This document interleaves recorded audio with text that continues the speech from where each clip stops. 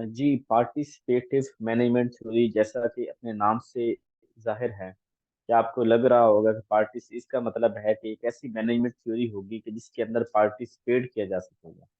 तो इसका मतलब होगा ये थ्योरी बाय नेचर जो है वो डेमोक्रेटिक मैनेजमेंट थ्योरी होगी। डेमोक्रेटिक स्टाइल को अडॉप्ट करेगी, डेमोक्रेटिक स्टाइल के साथ ये थ्योरी चलेगी।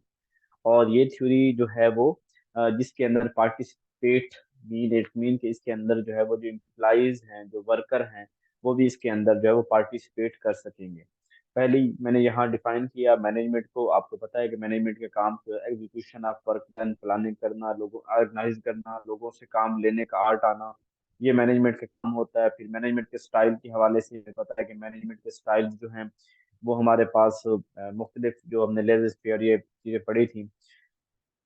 उसके अलावा कल्चरल प्रोस्पेक्टिव के लिहाज से यहाँ पे मैंने एक बात लिखी है कि देखें, दुनिया के अंदर ना जहाँ जहाँ मैनेजर्स हैं, यानी चाहे हम अपने घर के अंदर हैं, चाहे हम अपने कॉलेज के अंदर हैं, चाहे कहीं इंडस्ट्री लेवल के ऊपर हैं, इंडस्ट्री में हैं, तो वहाँ पे क्या होगा कि जहाँ हम अपने वर्कर को अपने माइक ना ऑफ रखिएगा ताकि जो है ना वो शोर ना हो।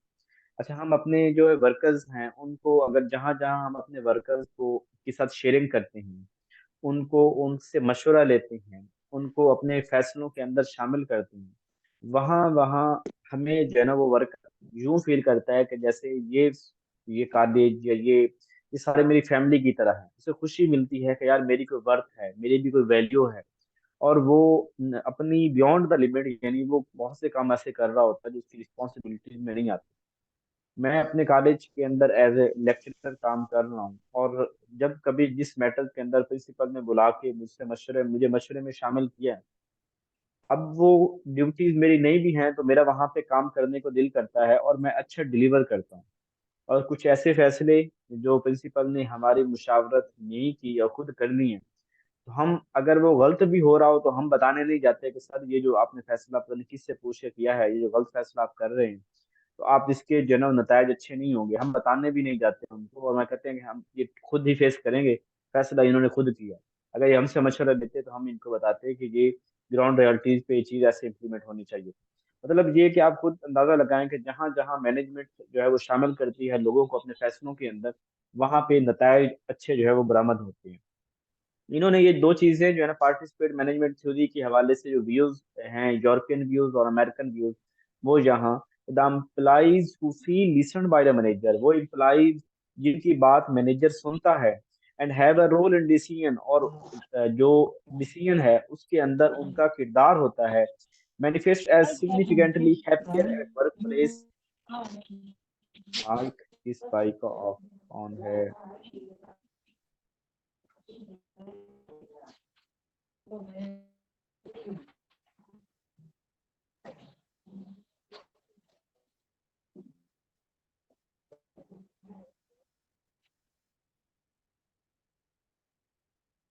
तो ये लोग जो हैं ये खुश होते हैं अपने काम के ऊपर, और ये मोर प्रोडक्टिव अपना काम जो है वो अपनी यानी अपनी जिम्मेदारियों से ज्यादा बेहतर तरीके से काम कर रहे होते हैं। यही पे अमेरिकन व्यू भी उन्होंने लिया कि जहाँ जहाँ जो है वो पार्टिसिपेटरी लीडरशिप है, वो पॉजिटिवली विद वो वहाँ पे जो वर्कर होते हैं उनकी मोटिवेशन भी ज्यादा होती है। वो एज ए टीम वर्क जो है वो बेस्ट काम करते हैं, अच्छी इफेक्ट एफिशिएंसी के साथ काम करते हैं। उनकी कम्युनिकेशन, जहाँ पे मैनेजर की कम्युनिकेशन बेहतर होती है वहाँ भी अच्छा काम होता है। तो मतलब जहाँ जहाँ डिसीजन मेकिंग में या इनको वर्कर को शामिल किया जाता है, वहाँ काम की क्वालिटी बढ़ जाती है, काम जो है वो बेहतर होता है। इसके अलावा पार्टिसिपेटिव मैनेजमेंट थ्योरी का जो कंसेप्ट दिया था ये रोसू ने दिया था, जो नेचरलिज्म कवानी है उसने इसके ऊपर जो है वो काम किया था। पार्टिसिपेटिव बेसिकली क्या होता है कि एक तो ये लीडरशिप है। मैंने कल किसी ने सवाल भी पूछा था कि एक मिनट, आपको जिन लोगों को कोशिश कर दिया करे कि वॉइस के अंदर ही सवाल पूछने के दरमियान में ही अगर आप महसूस करें कोई बात आपने पूछनी हो, और तो या फिर वो मुझे ना कमेंट कर दिया करे, तो मैं जैसे ही मेरे को पास आएगा तो मैं वहां पे जो है वो कमेंट, आपका जो सवाल आया होगा कमेंट्स के अंदर, मैं उसको जो है वो बता दूंगा।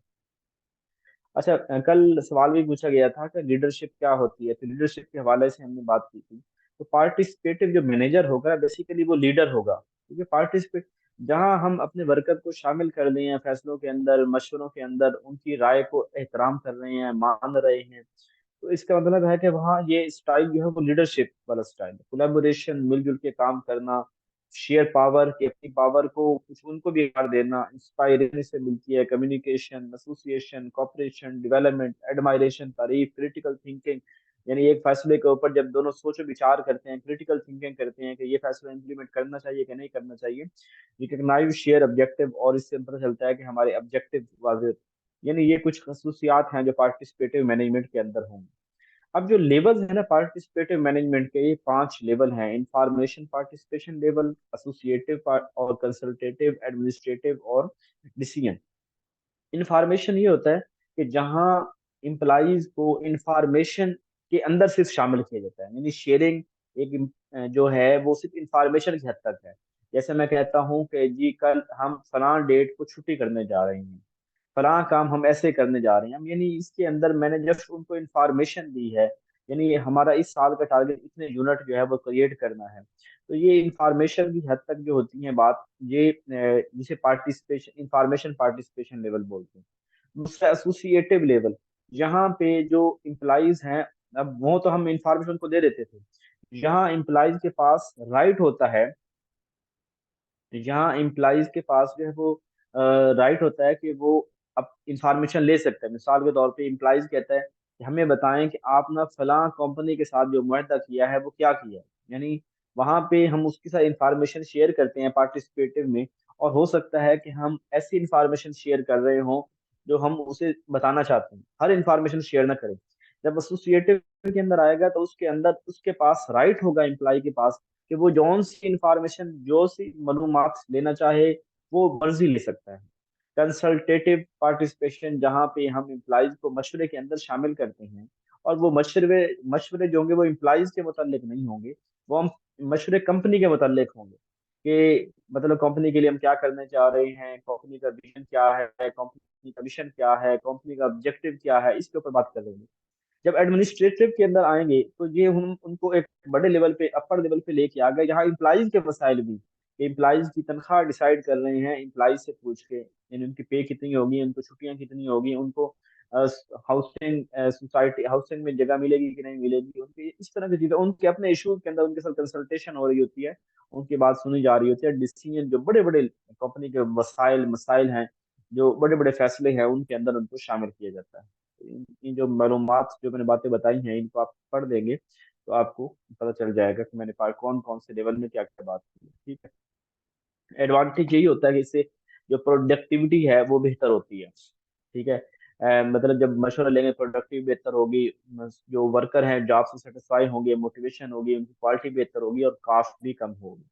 इसके अलावा लेकिन एक नुकसान ये होता है कि इसकी जो डिसीजन मेकिंग है ना वो स्लो डाउन हो जाती है। हमारे कॉलेज के अंदर पार्टी थी और हम 30 का स्टाफ है। अब मैं स्टाफ सेक्रेटरी हूँ चूंकि कॉलेज का, तो मुझे जो है ना वो सबसे इंफॉर्मेशन जो है वो सब तक पहुंचानी भी होती है, कॉलेज की प्रिंसिपल की तरफ से कोई इंफॉर्मेशन होती है तो मुझे पूरे स्टाफ तक पहुंचानी भी मेरी जिम्मेदारी होती है, और पूरे स्टाफ से किसी मामले में राय लेनी हो तो वो भी मैंने ही लेनी होती है। अब पार्टी अरेंज करनी थी तो मुझे दो दोस्तों ने आके कहा, अब वो हमारा जो रिफ्रेशमेंट कमेटी का चेयरमैन है वो और है, पार्टीज वगैरह जो अरेंज करती है, तो मुझे चंद लोग दोस्तों ने कहा कि सेक्रेटरी साहब ये जो ना आपने काम करें कि इस दफा जो ना पार्टी के अंदर ये मेन्यू होना चाहिए। तो अब मैंने 4-5 लोगों से जो है वो इन्फॉर्मेशन लेके दी, अब 4-5 मेरे पास और आ गए, उन्होंने कहा नहीं ये मेन्यू नहीं, ये फला मेन्यू। अब मेरे पास 3-4 कैटेगरी के लोग आ गए और जिन्होंने मुझे मुख्तलिफ जो है वो मेन्यू बताया कि ये मेन्यू हो जाना चाहिए। बाद में मुझे समझ आई कि अगर मैं इन सब से मशवरे लेने लग गया तो पार्टी के हमारे पास 10 टीम है तो पार्टी भी लेट हो जाएगी और हम हर एक को राजी भी नहीं कर सकते। तो यही वजह है कि जब आप डिसीजन मेकिंग के अंदर बहुत से लोगों को शामिल करते हैं तो हर बंदा डिफरेंट ओपिनियन राय रखता है, तो काम के फैसले बड़े स्लो डाउन हो जाते हैं, आप फैसले जल्दी नहीं।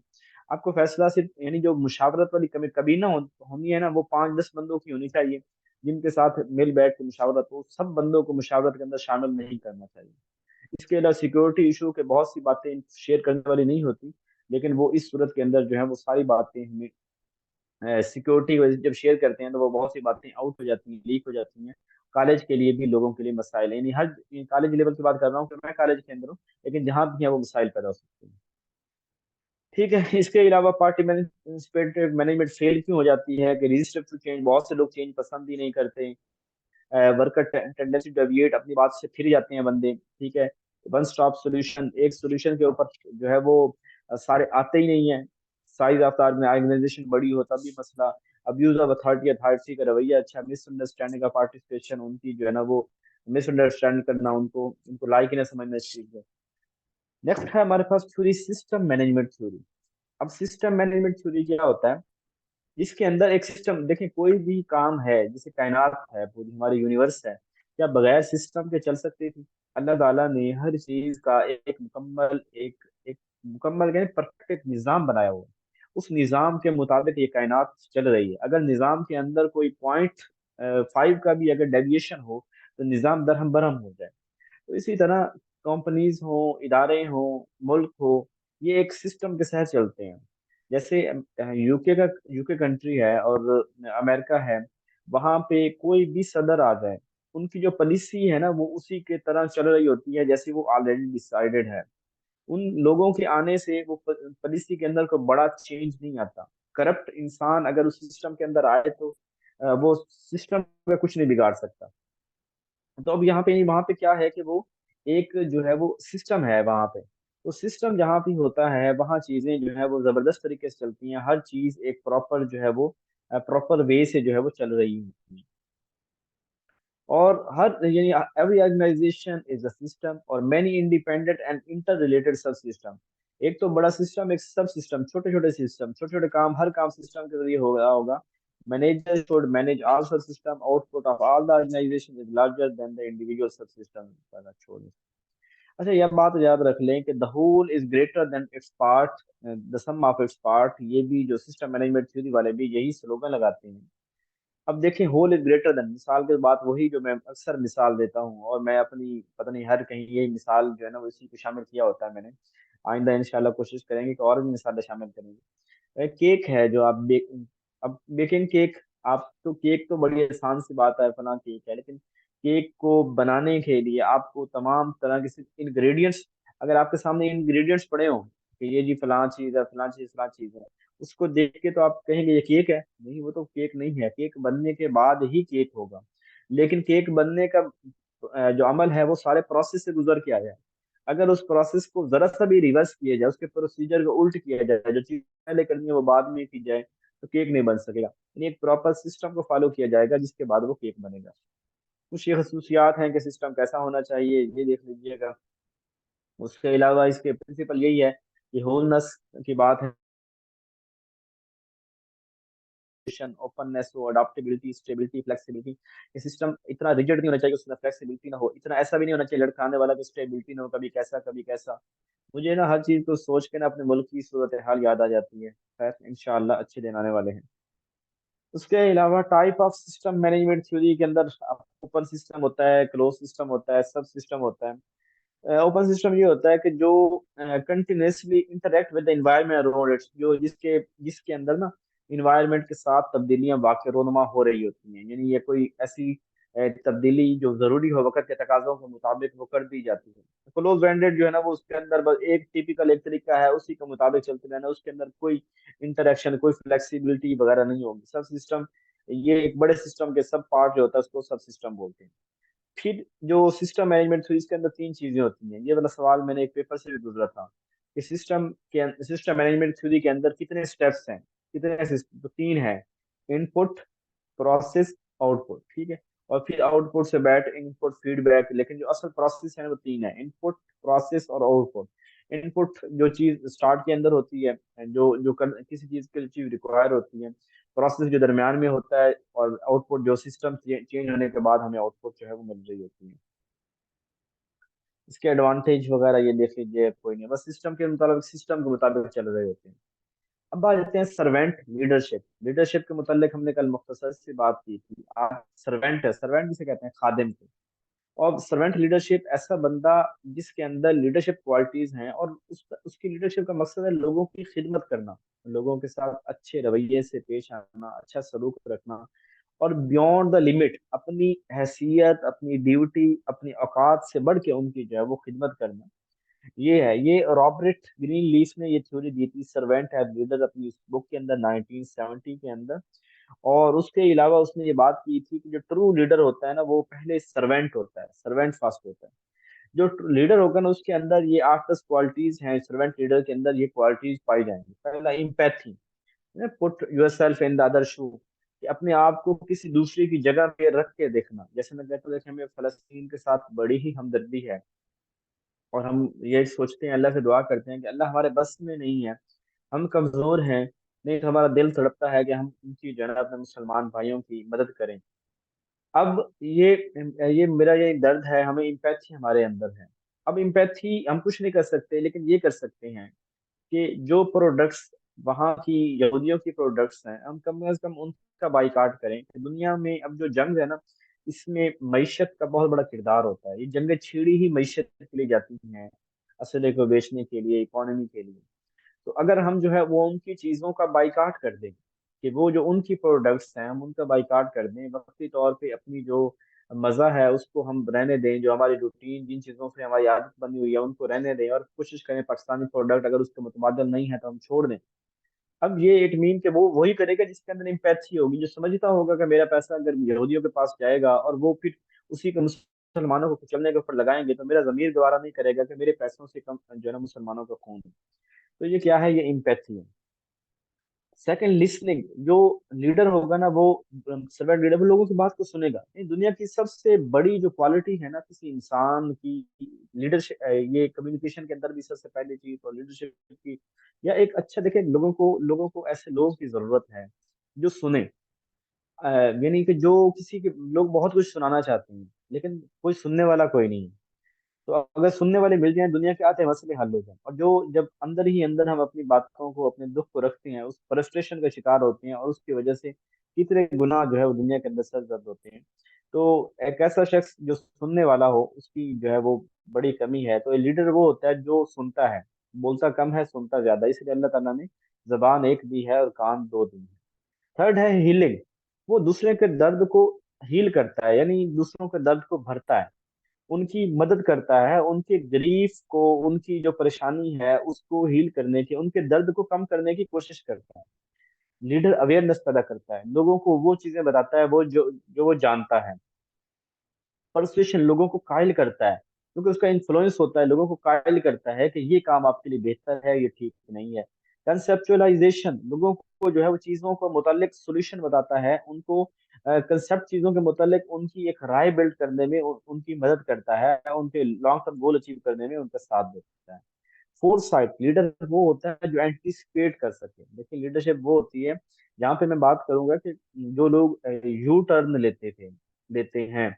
अब यू टर्न जिंदगी में कभी कभार लेते हैं। अगर आप हर बात पे यू टर्न ले रहे हैं तो आप अच्छी लीडर नहीं है। लीडर तो वो होता है जो विजनरी होता है, जो फोर साइटेड होता है, जो देखते दूर तक देखता है कि ये जो है ना, इसके कंसिक्वेंसेस क्या होंगे। स्ट्रॉवर्डशिप, वो यानी कि वो अपने काम की जो है वो रिस्पॉन्सिबिलिटी लेते हैं, और जहां पे भी होती है अपने काम की responsibility. Commitment to the growth of people, वो लोगों की बेहतरी के लिए कमिटमेंट होते हैं कि मैं इनकी प्रोग्रेस को बेहतर कर दूंगा, इनकी ग्रोथ के अंदर वो किरदार।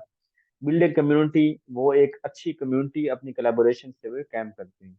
यानी कुछ ये सर्वेंट लीडरशिप की कुछ भी आप लिख सकते हैं। एक अच्छे लीडर की जो क्वालिटीज होती है वो सर्वेंट लीडरशिप के अंदर जो है वो होती है। इम्प्लॉय की एंगेजमेंट, मोटिवेशन के किरदार अदा करता है, उनकी ऑर्गेनाइजेशनल परफॉर्मेंस को बेहतर करता है, क्रिएटिविटी, इनोवेशन, रिलेशनशिप, सारी चीजें इससे बेहतर होती हैं। डिसएडवांटेज इसका ये है कि इसको बड़ा मुश्किल है, कौन बंदा है जो अपने मफादात को, यानी एक चीज में मुझे फायदा हो रहा है और उस चीज के अंदर दूसरे को भी फायदा हो रहा है, तो मैं कहाँ, आज कहाँ हम कर सकते हैं कि मैं जो है ना वो कुर्बानी दूं, अपने मफादात के ऊपर किसी और के मफादात को अजीज रखूं, अपनी नीड्स के ऊपर किसी और की नीड को प्रेफर करूं। मुझे भी भूख लगी है, मेरा दिल भी खाने को कर रहा है, लेकिन कोई और भूखा है और मैं खुद को छोड़ के मैं उसको खिलाऊं। ऐसा कौन करता है? यहाँ कौन कौन होगा जो वो सीरी जो है ना वो 7 बंदों से वापस उसी पहले घर में आ जाएगी? कौन होगा कि जो है ना वो प्यासा है खुद शदीद और पानी अगले को दे देगा? इस्लाम की तालीमात तो यही थी। लेकिन चूंकि हमारे अंदर जो है वो हमारी नस नस के अंदर मुनाफिकत भर गई हुई है। हम तो सिर्फ यही नहीं कि अपनी नीड का ख्याल रखें, लेकिन हमें ये होता है कि हम हर सूरत दूसरे को हमने हराना है और हमने उसका माल खाना है। अल्लाह ताला हमें महफूज रखे, अल्लाह ताला अपने हक खाने की तौफीक दे, जो हमारा राइट है उसी के ऊपर हमें रहने की तौफीक दे।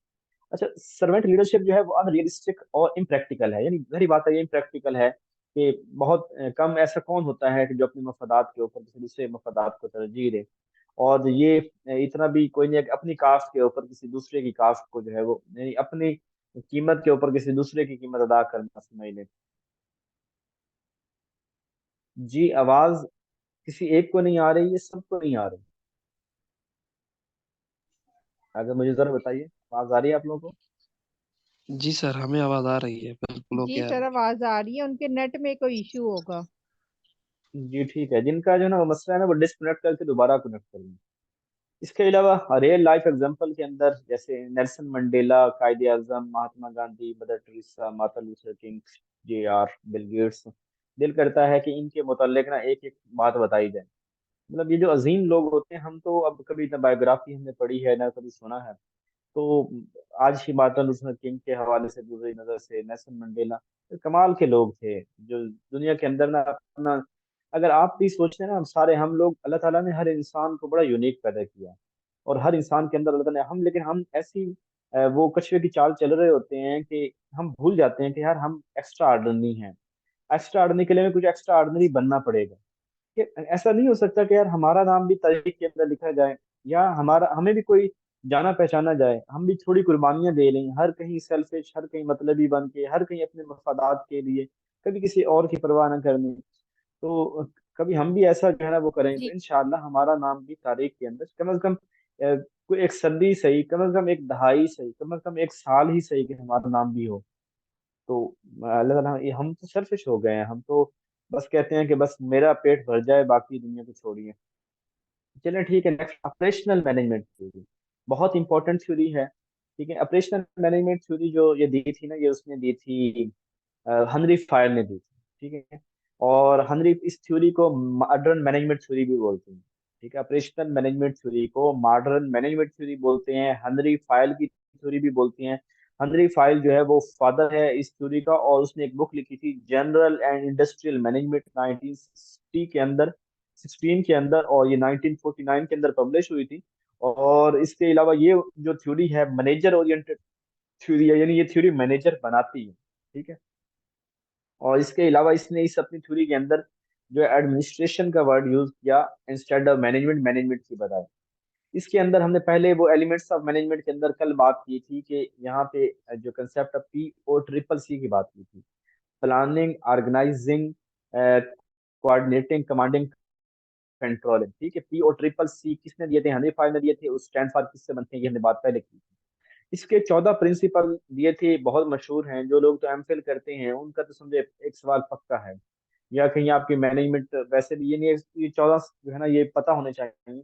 हर एक पॉइंट का आपको कम से कम मीनिंग का जरूर पता होना चाहिए। ठीक है, तो 14 प्रिंसिपल जो थे हमारी फाइल में दिए थे, उसके अंदर मैंने यहाँ पे जस्ट वर्ड लिखे हैं। मेरा दिल तो था कि मैं इनको जो है ना एक्सप्लेन करूं, लेकिन टॉपिक खत्म ही नहीं हो रहे एजुकेशन के, नए से नए किसी की फरमाइश आ जाती है किसी दोस्त का, तो मैं उन्हीं के ऊपर काम करते हुए आजकल मुझे ही आपके सिंध के एक दोस्त ने जो है ना वो MCQ पेडागोजी की सेंड किए कि सर ये रिकॉर्ड करके दे दो, क्योंकि इनके आंसर कहीं से नहीं मिल रहे, और जहां से मिले वो फिर होते हैं कंफ्यूज।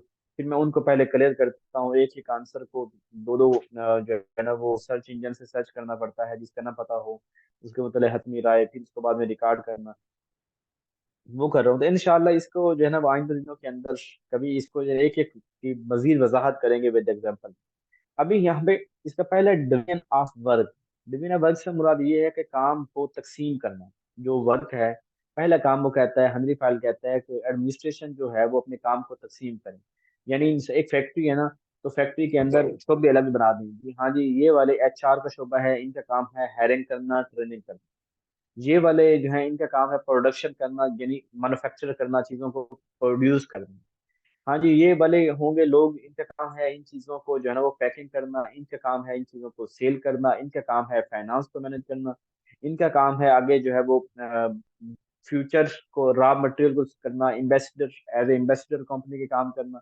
यानी बहुत से काम जो है ना वो डिफरेंट, हम उसको डिपार्टमेंट की सूरत में डिवाइड कर देते हैं। तो डिवीजन ऑफ वर्क वो कहता है, हनरी फाइल कहता है कि सबसे पहला काम जो मैनेजमेंट का है वो ये है कि डिवीजन ऑफ वर्कर। दूसरा कहता है अथॉरिटी एंड रिस्पॉन्सिबिलिटी, वो कहता है अथॉरिटी किसकी होगी, जिम्मेदारी किसकी होगी, डिफाइन कर दी जाए कि फलां बंदे के जिम्मे फलां उसकी अथॉरिटी है, यानी ये उसके जुरिस्डिक्शन में आता है, और ये उसकी जिम्मेदारियां होंगी। फिर थर्ड है डिसिप्लिन, कि जो असूल बनाए जाएं सबको कन्वे किया जाए कि rule must be abate, in rules को फॉलो किए बगैर चारा ही नहीं है, आपको इनको मस्ट फॉलो करना पड़ेगा एक अच्छी स्मूथ ऑर्गेनाइजेशन को रन करने के लिए। फोर्थ है unity of command command. Unity वैसे बोलते हैं यूनिट एक से निकला, यानी और unity Ittehad, unity of command से मुराद है कि एक बंदे के पास कमांड होगी, यानी एक बंदा ऊपर से जो है ना वो उसके उसकी सुपरविजन के अंदर सब चल रहा होगा। यानी जैसे जनरल मैनेजर फैक्ट्री है तो उसका एक जनरल मैनेजर होगा, नीचे जो है ना वो मार्केटिंग मैनेजर, उसी मैनेजर जनरल होगा ना, वो एक मैनेजर होगा पूरे निजाम को देखने वाला, जैसे या जैसे बोलते हैं चीफ एग्जीक्यूटिव ऑफिसर, जो पूरी इदारे का सरबराह होता है। इस तरह करके इन एक बंदा होगा। यूनिटी ऑफ डायरेक्शन, तो वो कहता है कि एक काम को करने के लिए ना एक प्लान होगा, यानी एक प्लान के अंदर बहुत से काम नहीं होंगे। प्लान बनाया एक, यानी ये बंदा फलां काम भी इस बंदे ने करना है, फलां इसने ये भी करना है, इसने ये भी करना है, यानी एक प्लान सिर्फ एक के लिए होगा, ये मुख्तलिफ नहीं होगी, एक तरफ डायरेक्शन देगा। सब ऑर्डिनेशन ऑफ इंडिविजुअल डिफरेंसेस, तो जो इंडिविजुअल डिफरेंसेस है उनका ख्याल रखना। आई थिंक इंडिविजुअल डिफरेंसेस से मुराद ये नहीं कि साइकोलॉजिकल, इससे मुराद ये है कि जिस बंदे की जो सलाहियत है उसके मुताबिक उसको काम देना, यानी इसके बस समझ ले वो स्पेशलाइजेशन एक किस्म की है कि फलां बंदा फलां चीज के अंदर माहिर है, उसको उसको मुतालिक काम दिया जाए। रेमुनरेशन ये बोलते हैं मुआवजा को, लोगों को जो जो अच्छा काम करे उसको अच्छा मुआवजा दे, जो अच्छा काम नहीं करता उसको मुआवजा कम कर दिया जाए। उसके अलावा सेंट्रलाइजेशन, ये भी वही है कि रूल्स जो है ना वो ऊपर से पॉलिसी एक ही बंदा बना रहा हो, ये टॉप मैनेजमेंट सारे फैसले ले रही हो। स्केलर चेन या इसकी लाइन ऑफ अथॉरिटी बोलते हैं कि प्रॉपर हायरार्की होगी, पहले जैसे पटवारी है, नायब तहसीलदार, तहसीलदार, इस तरह करके हायरार्की के साथ चीजें चलेंगी। ऑर्डर, हर चीज एक तरतीब के साथ होगी, प्रॉपर उसका वे होगा, उसको फॉलो किया। इक्विटी, यानी वहां पे नो डिस्क्रिमिनेशन, डिस्क्रिमिनेशन मतलब इक्विटी होगी, यानी बकदरे जरूरत नीड के अकॉर्डिंग चीजें होंगी।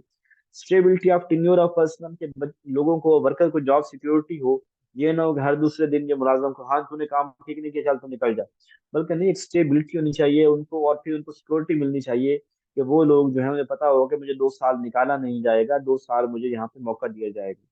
इनिशिएटिव, अलॉट वर्क, यानी इनिशिएटिव से मुराद ये है कि अगर कोई बंदा किसी अच्छे तरीके से, नए तरीके से, इनोवेटिव तरीके से कोई काम करना चाहता है, जैसे हम एसीआर आजकल लिख रहे हैं दिसंबर में, तो जब एसीआर लिखते हैं तो उसके अंदर एक खाना होता है कि क्या आपने कोई ऐसा डिस्टिंग्विश काम किया है जिसके अंदर आपने जो है ना वो कंपनी का या जो इदारे का टाइम बचाया हो, रिसोर्स बचाए हो, यानी कोई ऐसा यूनिक सा अच्छा अपना हाई परफॉर्मेंस कोई आपने काम किया है।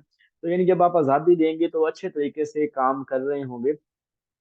एस्पिरिट्स दी कॉप्स, ये आई थिंक जो है ना वो फ्रेंच वर्ड है, और इसका मतलब है कि उनके अंदर म्यूचुअल ट्रस्ट अंडरस्टैंडिंग, इन जो आपस में वर्कर के अंदर उनकी म्यूचुअल ट्रस्ट हो, उनका कंपनी के साथ म्यूचुअल ट्रस्ट हो, अंडरस्टैंडिंग हो अमंग इंडिविजुअल। ये कुछ पॉइंट्स थे।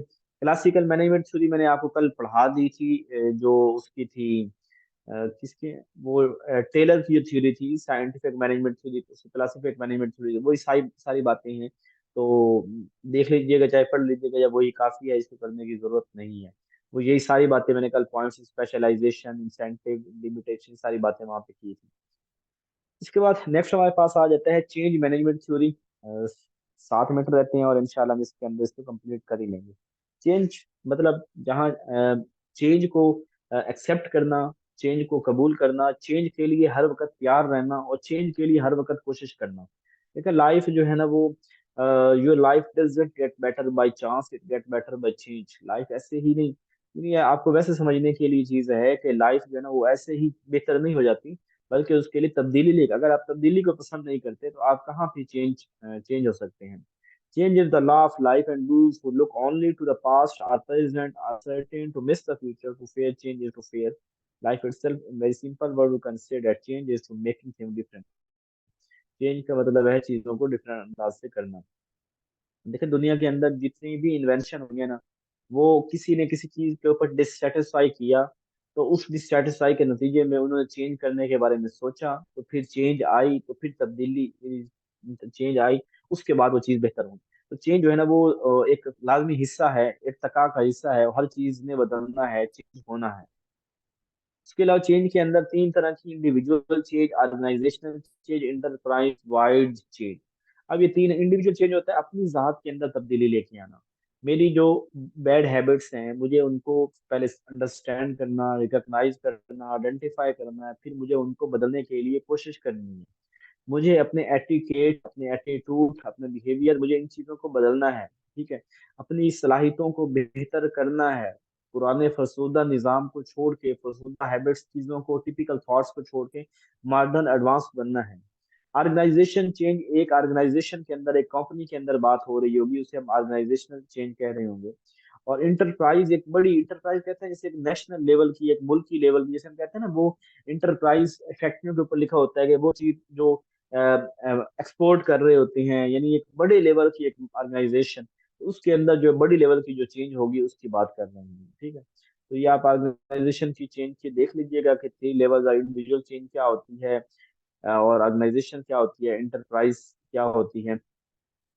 उसके अलावा बाकी यही है कि चेंज जो है, चेंज आर कम्प्लेक्स है, अनप्रेडिक्टेबल, चेंज जो है वो कम्प्लेक्स अनप्रेडिक्टेबल होती है, पैटर्न अनप्रेडिक्टेबल होती है, यानी ये चीजें चेंज के हवाले से करेक्टरिस्टिक को लिखी हैं। तो कुछ बातें अनप्लान्ड वर्सेस प्लान्ड चेंज, एक अनप्लान्ड चेंज होती है कि उसके मतलब पहले से ऑलरेडी से, यानी कोई डिसाइड नहीं होता, सडन चेंज होना, तो उसे अनप्लान्ड चेंज बोलते हैं। और जो प्रॉपर एक डेलिब्रेट डिसीजन लेके चेंज किए थे उसे, इस तरह होती है रेमेडियल वर्सेस डेवलपमेंट। रेमेडियल होती है कि थोड़ी सी तब्दीली लेके आना, जैसे कोई चीज को, दीवार गिरी खड़ी है तो उसको वो हिस्से को तब्दील करना है, रेमेडियल को थोड़ी सी तब्दीली लेके आना।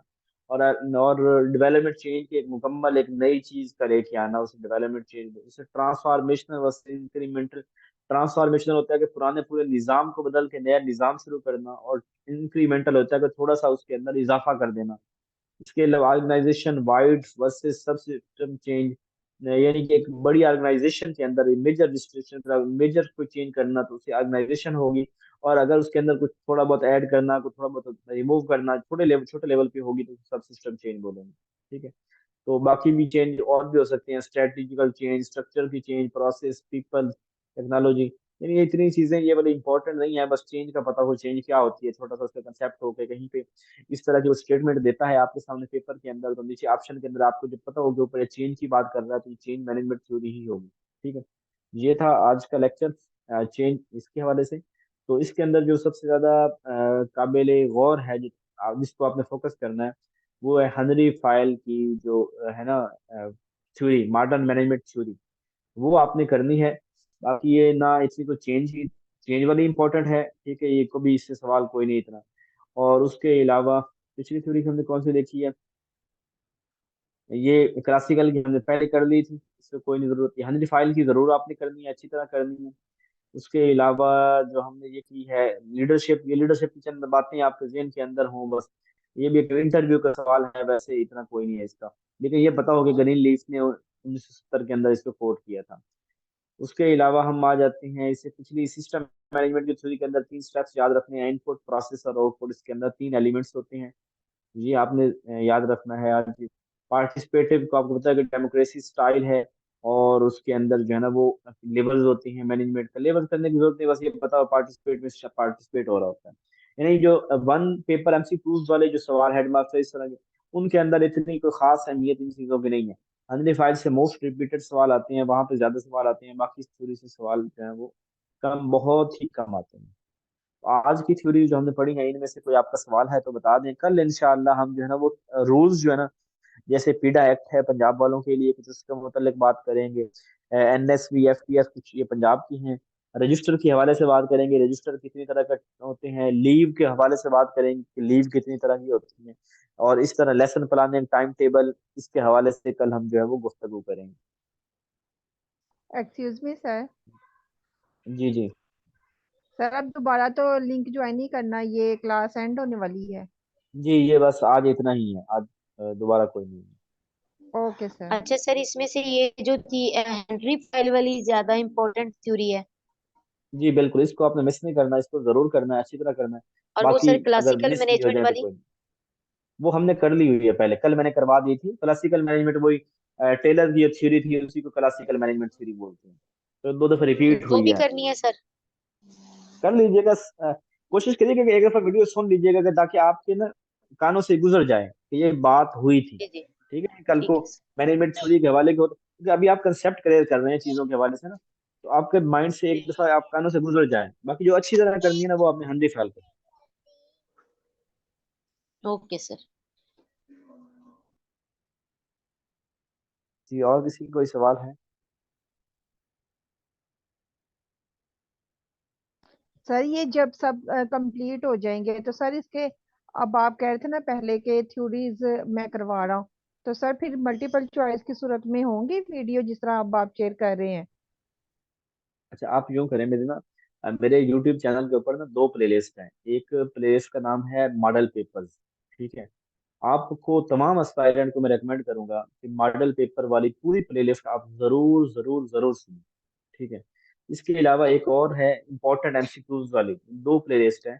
इनके अंदर जो है ना वो मैंने वीडियोस जो रिकॉर्ड की हैं पास पेपर्स के हवाले से भी हैं, उसके अलावा जो है और मुख्तलिफ एमसीक्यूज, अगर ये आप अपनी गुजार लेते हैं, इन वीडियोस को सुन लेते हैं, तो आपको एक तो अपनी नो हो जाएगी कि आपकी थ्योरीज कितनी क्लियर है। देखिए थ्योरीज सर ये मैं आप पहले ना करवा रहा हूँ। एक सेंड कर दीजिएगा, तो फिर वो सर ओपन करके वो फिर हम देख लेंगे प्लेलिस्ट, फिर इजी हो जाएगा। मैं वो प्लेलिस्ट का लिंक शेयर कर दूंगा। तो आपने ये इन थ्योरीज को करने के बाद 3 दिनों के बाद, अभी नहीं, अभी आप इसको कल का दिन परसों का दिन हमारे पास है, ठीक है, 2 दिन है हमने थ्योरीज करनी है। ये करने के बाद उसके बाद जो है ना वो जैसे ही क्लासेस एंड हो जाएंगी, आपने उस प्ले लिस्ट को कंप्लीट सुनना है, तो आपकी एक अच्छी प्रैक्टिस एमसीक्यू के हवाले से हो जाएगी। अब ओके इसके बाद सर। यानी कि जब तक आपके पेपर नहीं, मैं आपको बताऊं, जब मेरे रहते थे ना, मिसाल को 3-4 महीने रहते थे एडवांस